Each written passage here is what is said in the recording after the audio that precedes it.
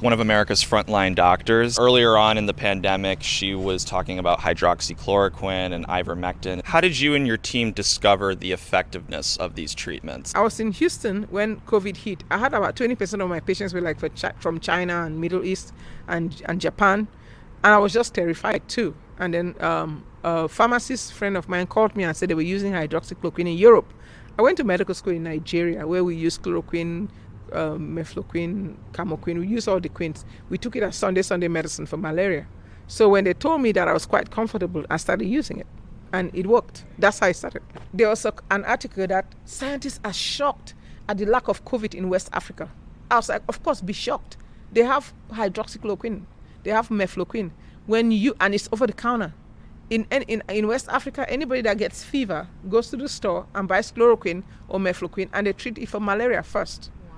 So even if they get COVID, they get the malaria treatment, it will also treat COVID. That is why there's been such low numbers in Africa. In sub-Saharan Africa, even in India released ivermectin, and Indians were supposed to just get wiped out. Right, they were saying on the news. Yes, but and then all of a sudden, the ivermectin was released, everything came down.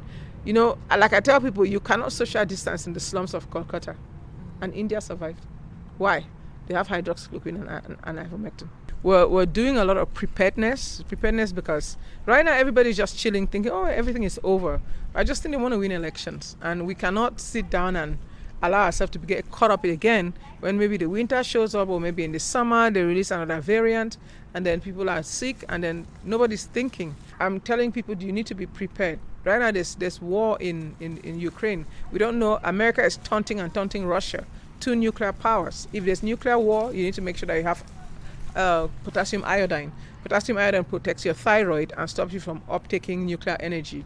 So we need to make sure that we're prepared. So that's what we're going around the country telling people. But most of our people need to be prepared spiritually. This thing is a spiritual war, and when you fight spiritual wars, you have to fight them spiritually. You need to listen to what the globalists are saying, like Klaus Schwab or what's the other guy's name, Yuval Noah, saying that they're going to hack human beings and they're going to introduce a code, and they said COVID was what that they're going to use to put surveillance under the skin.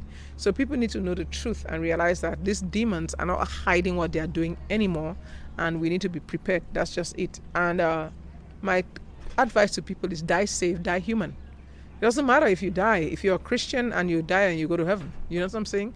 Die safe and die human. Don't let them corrupt your DNA.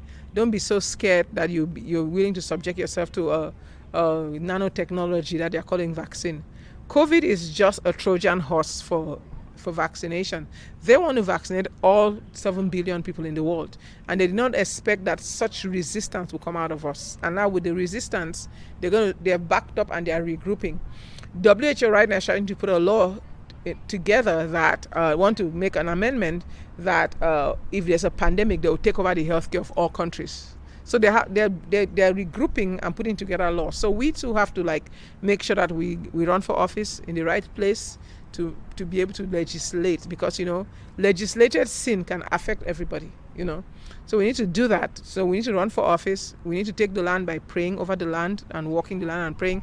We need to also be ready. Go on my website, drstellamd.com. If you use promo code FIGHTERS, you can get 5% off. But get hydroxychloroquine, get ivermectin, get your vitamins in your medicine cabinet. Get a pulse oximeter, a nebulizer. Keep it in your medicine cabinet. If you don't, then when things get bad, people will be calling me to come get them out of the hospital.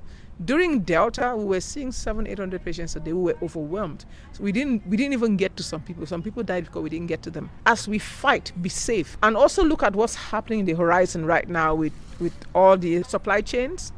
Make sure that you stock up food, water. Make sure that you stock up food, water. You stock up everything that you need to survive. You know what I'm saying? Make sure that if you cannot come out of your house for 30 days, you cannot come out of your house for 90 days or for a year, you have enough food, water, get batteries. We need to have all this stuff. Get lanterns and everything. Get stock up. Then, of course, go on our website, get all the supplements you need and get that stock up. Get medicine, Tylenol, Band-Aids, everything. If you're on any regular medication a day, get it. Get rice, beans, flashlights, batteries, everything you need. Stock up enough to last you a long time, because The storm is going to come, and people that are going to survive are going to be those that are going to be ready. And everybody should read the book of Revelation from like Revelation 6. It tells us what's going to be happening. Now, in the physical, we're seeing what the Bible said. There's going to be famine. The first horse of the apocalypse is confusion and chaos and conquering and taking over the world, which you see that the globalists have tried to do. The second horse of the apocalypse is actually war. There's war everywhere. People are fighting. You see that too. The third horse of the apocalypse is famine, and they are talking about it. Biden is talking about food shortage.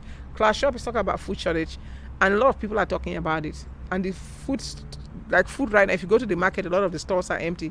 The fourth horse of the apocalypse is death and hell. A lot of people are going to die from famine.